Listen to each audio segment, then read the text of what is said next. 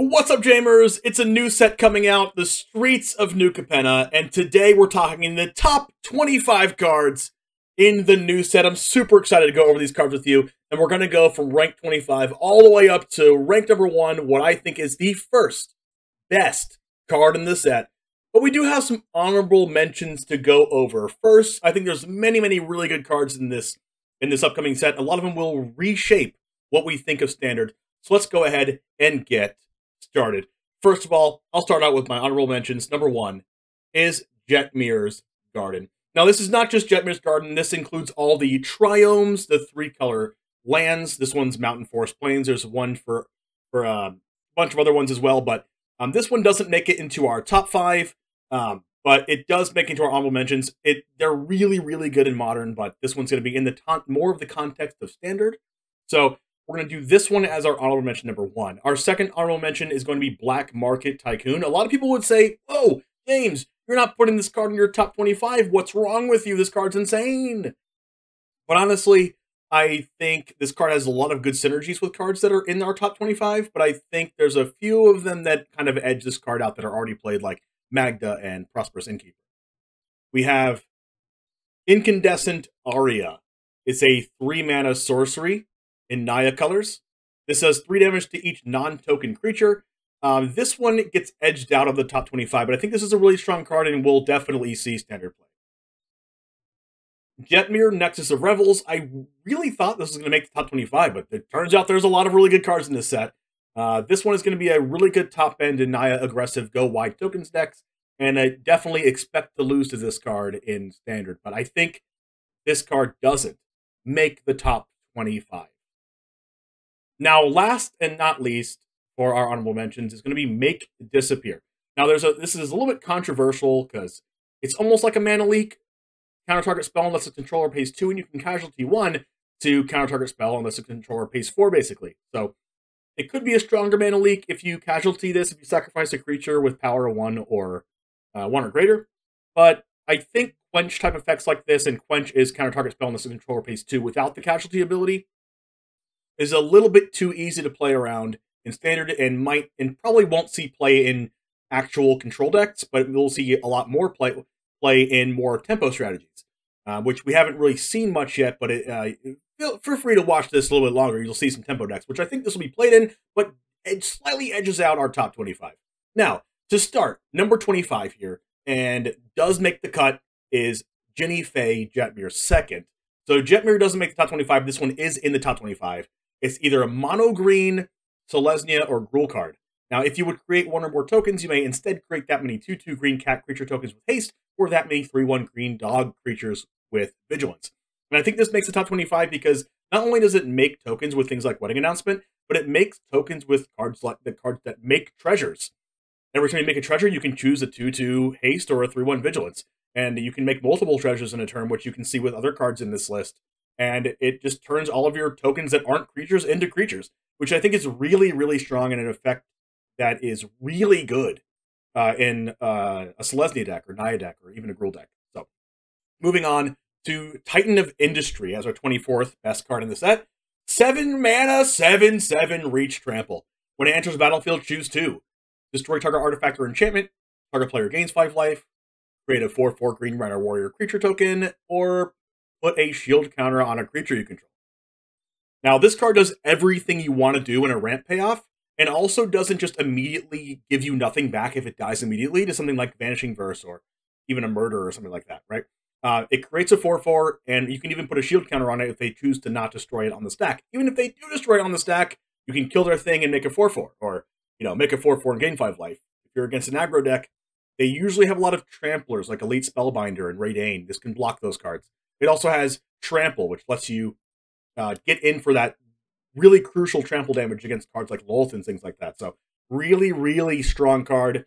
I think it's going to be the new ramp top end that we go for. This plus Amaria's Call is going to be really strong. And really solidifies you in the late game if you're being attacked with an aggro opponent. Now you get a 7/7 and a 4/4, and you gain 5 life. It's going to be a tough pill to swallow for your opponents if you cast this on them. We have Unleash the Inferno here as the next one up. It's a 4-mana Jund instant. it deals 7 damage to a creature or planeswalker. When it deals excess damage this way, which it pretty much always does, since it's 7 damage, destroy target artifact or enchantment an opponent controls with mana value less than or equal to the amount of damage that was excessed. Now, this seems a little bit medium when you read it at first glance, but if you decide to deal 7 damage to a Sorin, and that also kills their Oni Cult Anvil, it looks good, right? If you deal 4 damage to one of their creatures and you also kill a Wedding Announcement, that sounds pretty good, right? Or if you kill their creature and you also kill their Meathook Massacre, that seems pretty good, right? There's a lot of things that you can do to just 2-for-1 your opponent and really blow your opponent out with this, not to mention that it also just kills everything that you want to kill, including Planeswalkers. So that's why I have this here. Next up is Obscura Charm. Now, there's a few different charms in here. Some of them didn't make the top 25, but this was the Esper Charm. Choose one, return a multicolored permanent with mana value 3 or less from your graveyard to the battlefield tapped. Now, that will bring back things like Raffine, which we'll go over later, or bring back things like Kaido Shizuki. Or you can counter an instant or sorcery, or you can destroy a creature or planeswalker with mana value 3 or less. I think Esper Tempo is going to be a deck that people will play, and this is going to be a very, very good card in that deck, especially countering your opponent's removal spells and sweepers. We also have Workshop Warchief, which is a 5-mana 5/3 with Trample, and when it enters the battlefield, you gain 3 life, similar to a card like Thragtusk. This is the new Thragtusk. When it dies, you make a 4/4 green Wino Warrior creature token, and it has Blitz for 6. So not only does it do a really, really good Thragtusk impression, which is really good against aggro, it also has a 5-power Trampler, which is really good. When this dies, you also make a 4/4. Not to mention the Blitz cost being 6 mana. When you cast it, it gets haste, so a haste 5/3 Trampler. Amazing, especially as a top end of a green deck, or a Gruul deck, or even a Naya deck. But also, it dies on the end step with the Blitz trigger, you draw a card from Blitz, and when it dies, you make a 4/4. That's a lot of value for just a 5/6 mana card. So I have this here in the top 25. Now, that's it for 25 to 20. Here goes 19. Unlucky Witness. It is an uncommon. 1 mana 1/1. When it dies, exile the top 2 cards of your library until your next end step. You may play one of those cards. Now, this looks pretty unassuming when you look at it. Yeah, it's a 1 mana 1/1. Yeah, it's why would you not play Shambling Ghast instead? This is one of the premier sacrifice creatures that we've had in a long time. Shambling Ghast doesn't get you extra cards unless you kill something with its -1/-1, right? It doesn't actually get you access to further cards, and it's a little bit worse as time goes on in the game.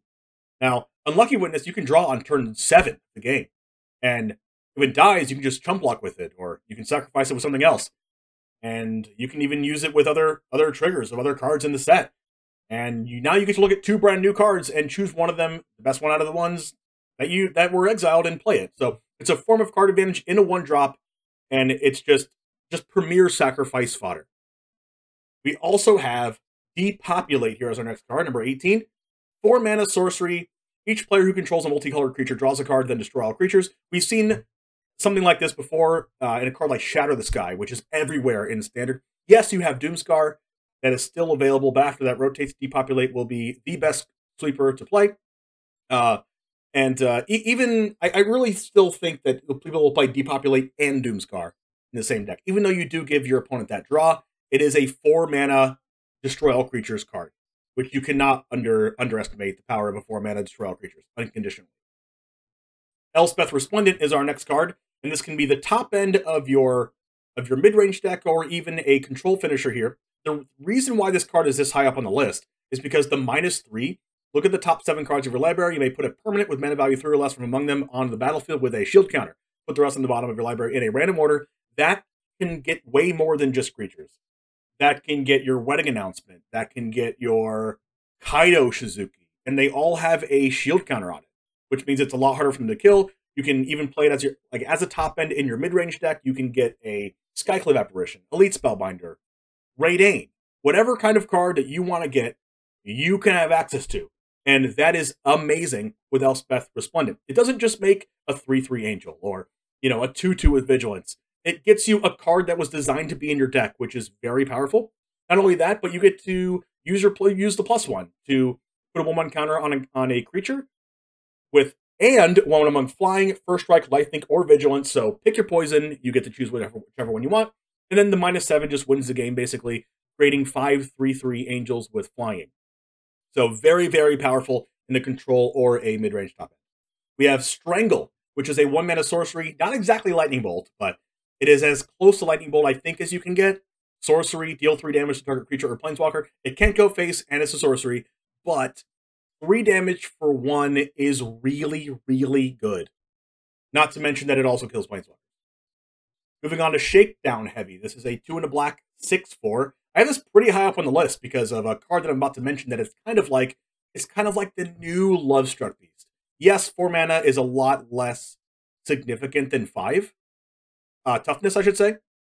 But the fact that this has Menace, and whenever it attacks, they can have you draw a card, and not only does it take this out of combat, but it untaps it. So it's always a blocker. So if your opponent wants to let you keep a 6/4 blocker and keep drawing a card every single turn, sure, let me do that. I will love to draw a card every turn. And if you don't want me to draw a card, this is going to be a really, really hard card to block. 6/4 Menace for 3 mana is absolutely absurd. That's why I have this card so high. Moving on to Fleetfoot Dancer. It is a 4 mana, 4/4 in those Cabaretti colors. We have Trample, Lifelink, and Haste. That is 3 really, really good keywords. No Vigilance on this one, but Trample, Lifelink, and Haste is really, really good. If you're playing an aggro mirror match or mid-range against aggro, they're not racing this card. This card will beat them. And it's going to be really, you're going to lose to this card a lot, I promise you. Moving on to Raffine, Scheming Seer. This is the next up on the list, which I think is better. It's a 3 mana, 1/4. Flying, ward 1. Whenever you attack, target attacking creature connives X. Notably, this doesn't say when this attacks. It's whenever you attack. Where X is the number of attacking creatures, you're going to get to draw 2 cards and discard 2 with this all the time. You're going to get to fuel your graveyard, make your hand better. It also is really tough to kill. It's also a really good blocker. It also has flying.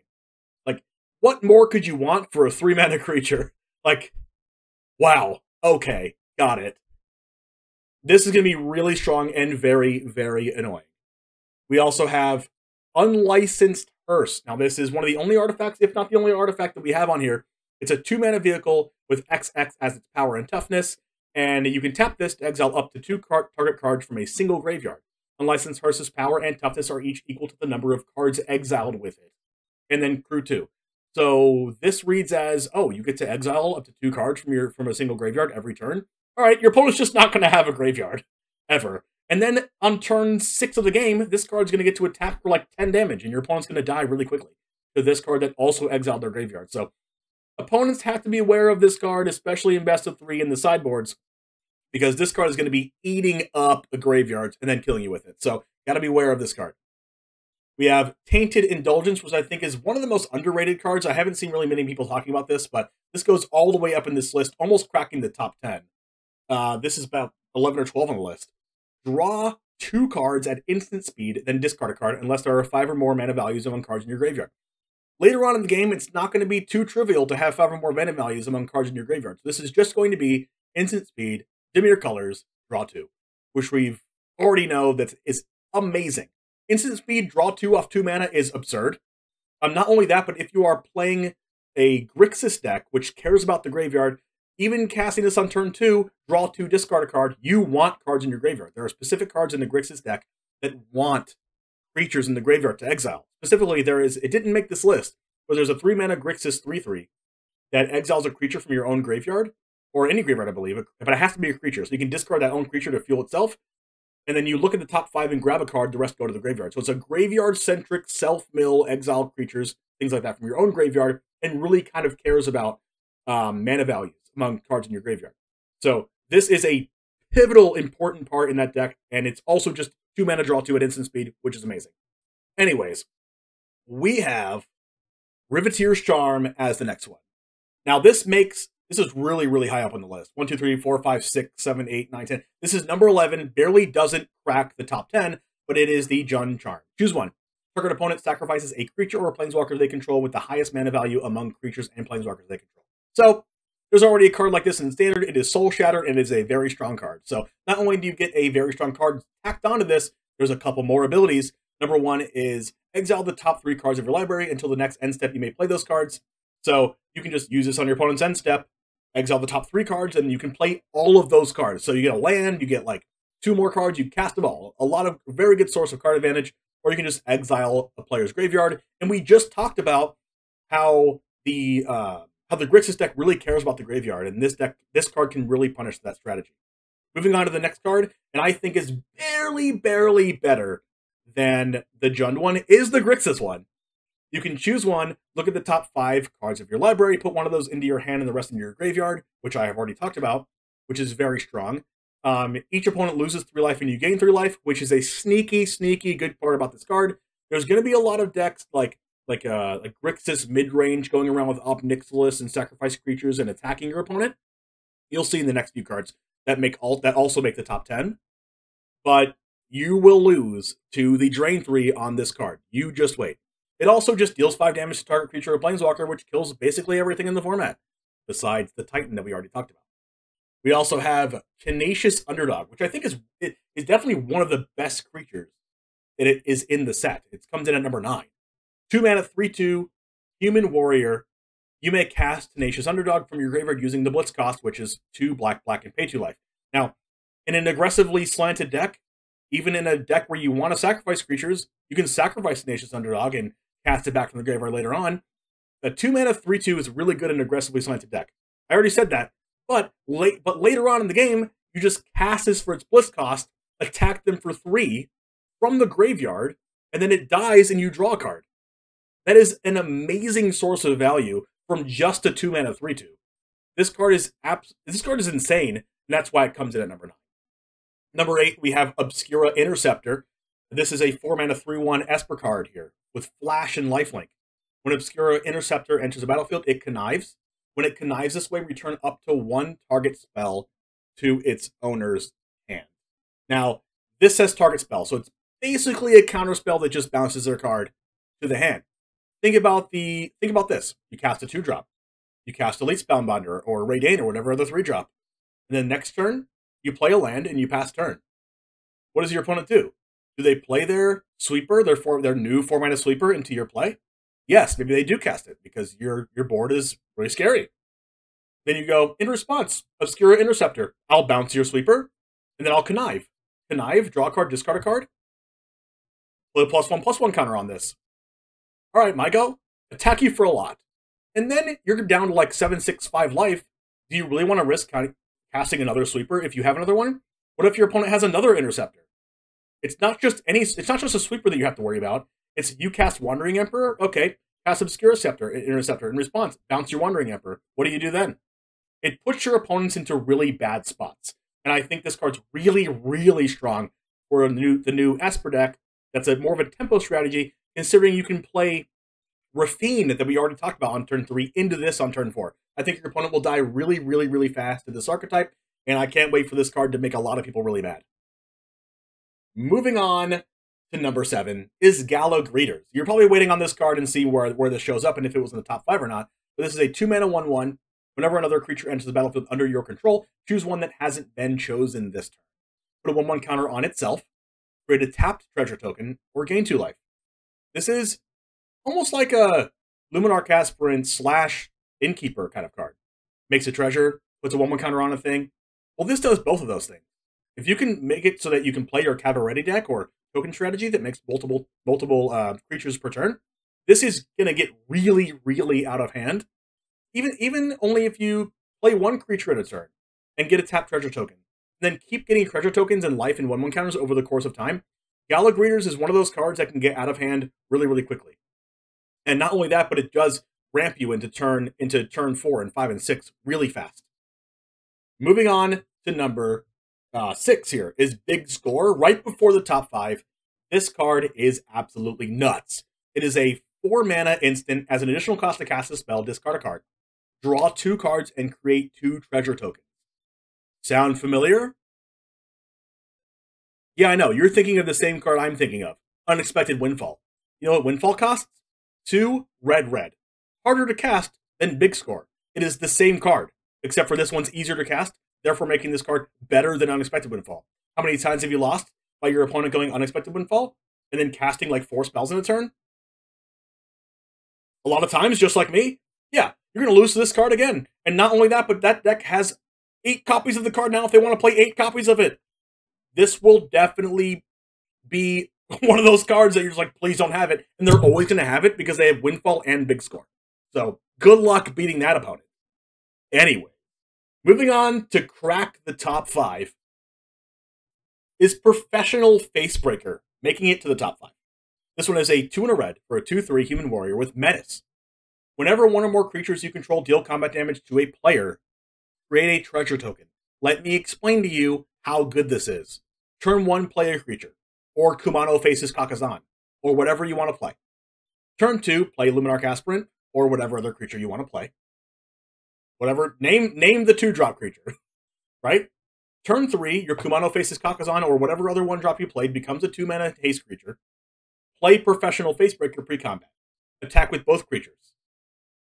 When they deal combat damage to a player, or maybe one of them deals combat damage to a player, you make a treasure token.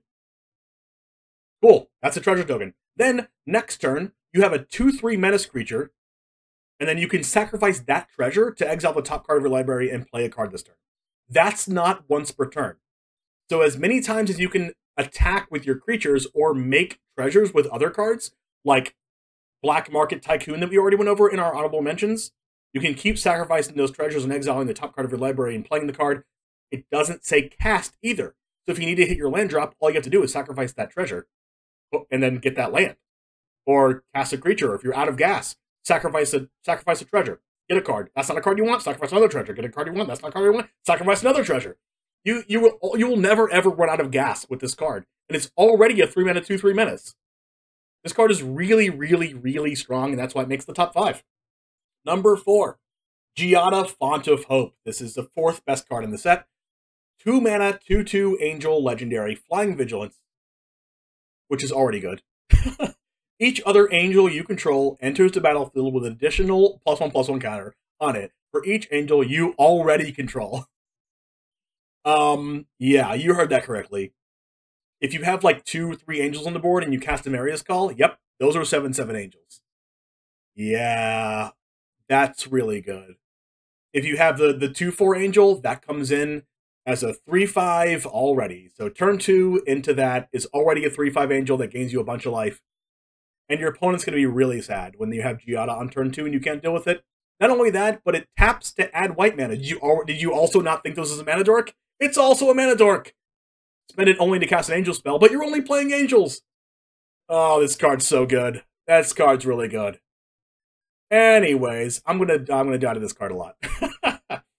Moving on to 3rd place is Voidrend. This is an Esper instant. It can't be countered. Don't you love spells that can't be countered from Esper decks? Yeah, me neither.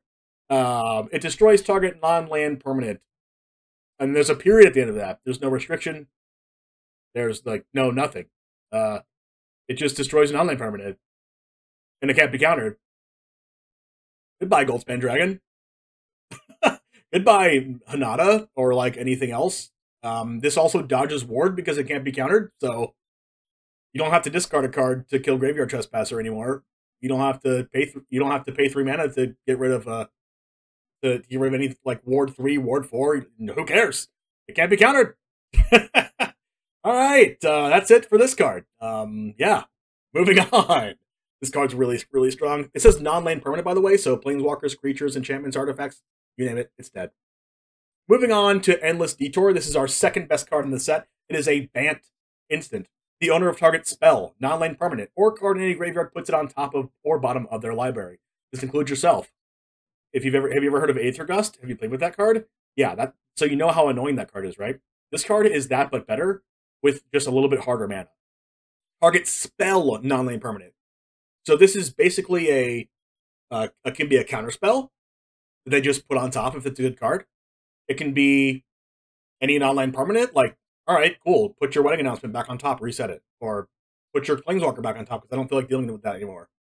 Or if you want a card in your own graveyard, you can cast this like on your opponent's end step or whatever, or in your upkeep, and then just get the best card in your graveyard, slap it back on top of your library, draw it for turn. Oh, look, Endless Detour was like, drew my best card out of my graveyard, then cast it again.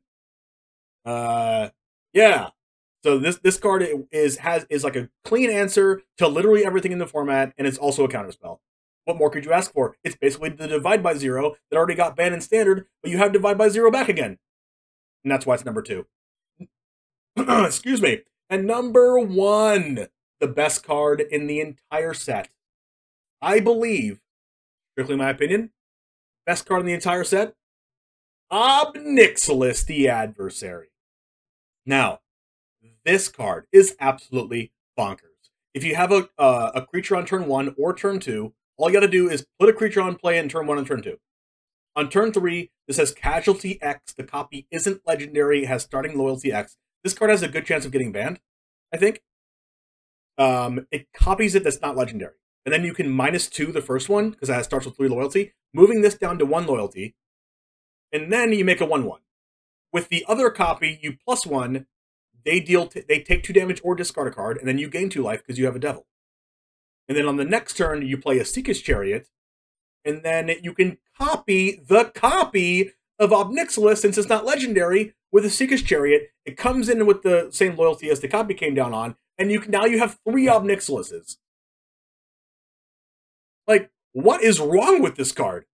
Your opponent's going to take 2, you're going to gain 2, then you're going to drain 2 again, and then you're going to drain 2 again, and then you're going to drain 2 again. Not to mention, this card also has an ultimate that wins the game by making your opponent lose 7 life and draw 7 cards, or like drawing 7 cards yourself if you can't beat them with the 7 damage. There is everything messed up about this card, and I will love playing with this. I'm going to build every combination of Rakdos plus another color. I'm going to build literally every deck with this, and then we're going to find out what's the best one. But this card is absolutely the best card in Streets of New Capenna. Thank you very much for hanging out with me during these top 25, and I will see you in the next one. And as always, peace.